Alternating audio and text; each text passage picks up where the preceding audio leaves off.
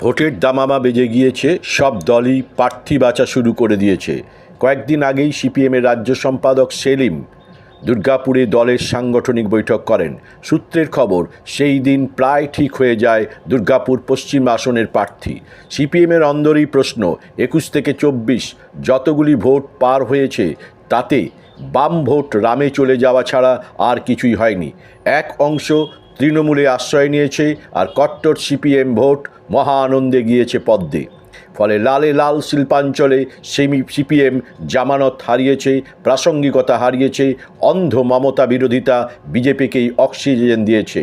Digital Zn যুগে 70-80 দশকের প্রমোদ দাশগুপ্ত রাজনীতি অচল। দায় নেব না, সরকারি জমিতে দেদার দখলদারির সুযোগ দেওয়া আর ভোটের ময়দানে সর্বহারা রাজনীতির ফায়দা, ভোটের বাক্সে তোলার যুগ শেষ। এমএমসি, এইচএফসি, বিওজিএলের অধিগ্রহণ করার মুরত তো ছিলই না, এমনকি এইসব সংস্থার স্কুল হাসপাতাল অধিগ্রহণ করার মানসিকতা দেখাতে পারেনি বুদ্ধ নিরুপম জমানা। দুর্গাপুর শিল্পাঞ্চল সহ পশ্চিম বর্ধমান জেলায় বুদ্ধ নিরুপম জমানায় শিল্পাঞ্চল পরিণত হয় দূষণ শিল্পে। দুর্গাপুর আসানসোল শিল্পাঞ্চলে বাম জমানায় দুর্গাপুর কার্যত বেসরকারি হাসপাতাল, কলেজ আর হোটেলের সাম্রাজ্যে পরিণত হয়, আর রাজু ঝা মার্কা কয়লা লোহা মাফিয়াদের আর্থিক সমৃদ্ধি বাড়ে। আসানসোল দুর্গাপুর শিল্পাঞ্চলে অন্ধ মমতা বিরোধিতা সিপিএমকে খাদের কিনারায় নিয়ে যায়, লাভ হয় বিজেপি। খনি শিল্পাঞ্চলে 4 থেকে 6% ভোট পাওয়া বিজেপি দুর্গাপুর পশ্চিম আসন দখল করে নেয়।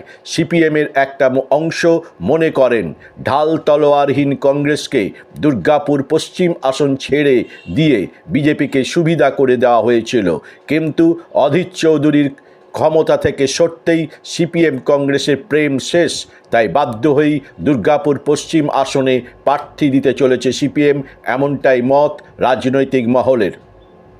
সেলিম এ মুহূর্তে মহা আতান্তরে, শামীম কাণ্ড, প্রতিকুর কাণ্ড ক্ষোভ বাড়িয়েছে সিপিএমের অন্দরেই।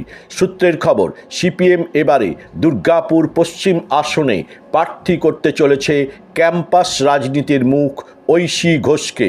সূত্রের খবর, সিপিএম এবারে দুর্গাপুর পশ্চিম আসনে প্রার্থী করতে চলেছে ক্যাম্পাস রাজনীতির মুখ ঐশী ঘোষকে।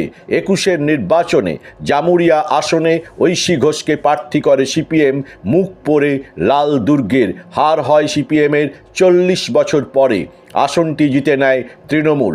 এবার দুর্গাপুর পশ্চিমে সিপিএম প্রার্থী করতে চলেছে ঐশী ঘোষকে, এমনটাই নাকি আপাতত ঠিক হয়েছে। সময় বলবে, এক্কেবারে শিল্পাঞ্চলের সাথে জনসংযোগহীন ক্যাম্পাস রাজনীতির মুখ ঐশী ঘোষকে প্রার্থী করলে বিজেপির সুবিধা হবে কিনা, তবে এ নিয়ে এখনও মুখ খুলতে রাজি নয় সিপিএমের জেলা নেতৃত্ব।